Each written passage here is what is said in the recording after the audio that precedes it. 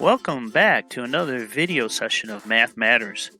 This is the third video in a series of videos in which we are looking at how to solve linear algebraic equations.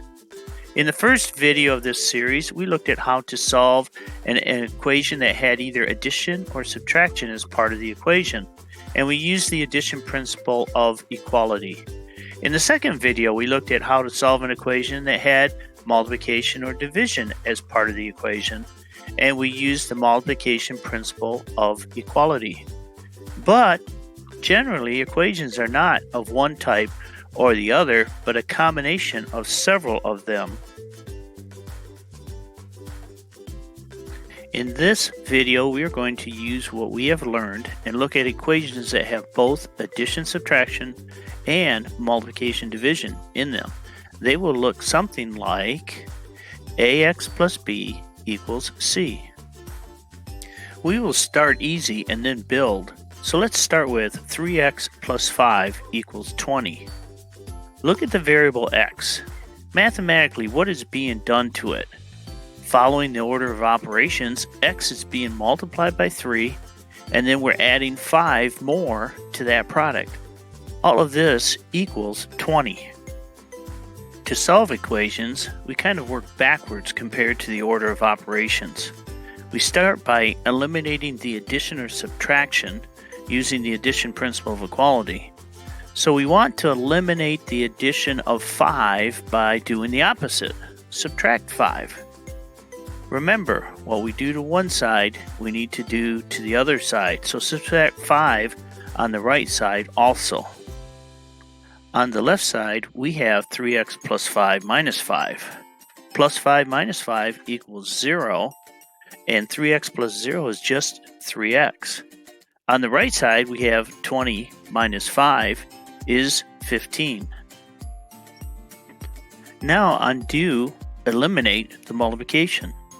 The opposite of multiplying is dividing. So divide by 3 on both sides. 3x divided by 3, the 3's factor out, we have just x. On the other side, we have 15 divided by 3, which is 5. So 5 is a solution for 3x plus 5 equals 20. So mentally, do a quick check. Substitute 5 in place of x. 3 times 5 is 15. Plus 5 more is 20. It works. Now let's throttle up just a little bit, and let's try 5y minus 3y minus 2 is equal to 2. To solve algebraic equations, always simplify both sides of the equation first. Distribute if there are parentheses, or combine like terms as needed. In this case, we can combine the y terms. 5y minus 3y, 5 minus 3, is 2y. The right side is already in simplest terms. Now we want to solve for y. Get y all by itself. First, undo addition or subtraction. We have subtraction, and the opposite of subtraction is addition, so add 2 to both sides. The minus 2 and the plus 2 go to 0, leaving 2y. 2 plus 2 is 4. Next, undo multiplication or division. We have multiplication, so divide. Divide both sides by 2. 2y divided by 2, the 2's factor out, and we have just y all by itself, just what we wanted. 4 divided by 2 is 2. Y is equal to 2. The solution to the equation is 2.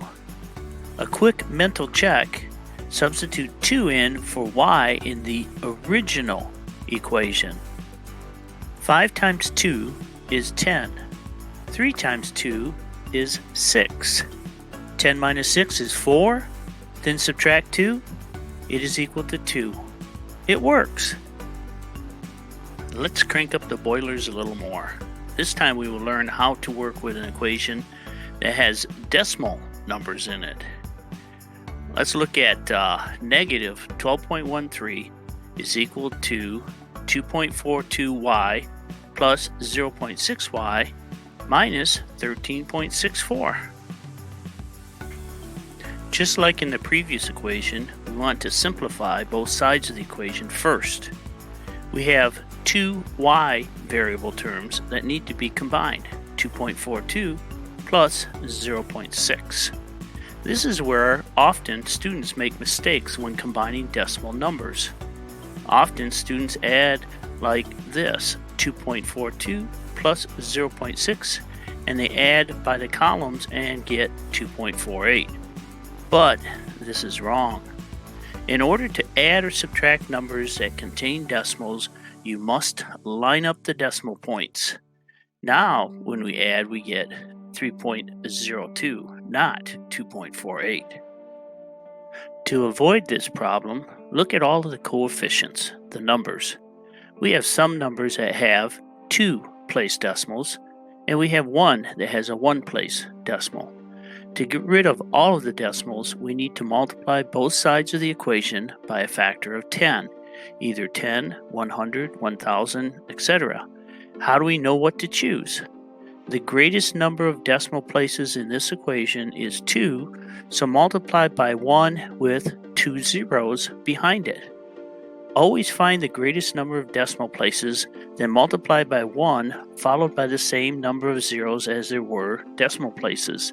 In this case, multiply by 100, both sides. Now we are back to the beginning of solving a linear algebraic equation. First, simplify. Distribute the 100. 100 times negative 12.13 is equal to negative 1,213. The decimal is gone. On the other side, 100 times 2.42 is 242. 100 times 0.6, move the decimal 2 places, you get 60. 100 times 13.64 is 1,364. Move the decimal 2 places. Now all of the decimals are gone. Now the left side of the equation is all set. On the right side, we can combine the y terms. 242 plus 60 equals 302 y. We want to solve for y, get y all by itself. First, undo addition or subtraction. We have subtraction, so do the opposite. Let's add 1,364 to both sides. On the left side, 1,364 minus 1,213 is 151. On the right side, we have a negative 1364 plus 1364, which equals 0. They cancel each other out. And we end up with 302y. Now the last step, divide by 302, both sides. On the right, 302 divided by 302 is 1, and 1 times y is just y. The left side, we have 151 divided by 302, which is 0.5. So the solution to this equation is y is equal to 0.5. The check for this equation is a little harder, so let's write it down. Start with the original equation and substitute 0.5 for every y. Use the order of operations to solve.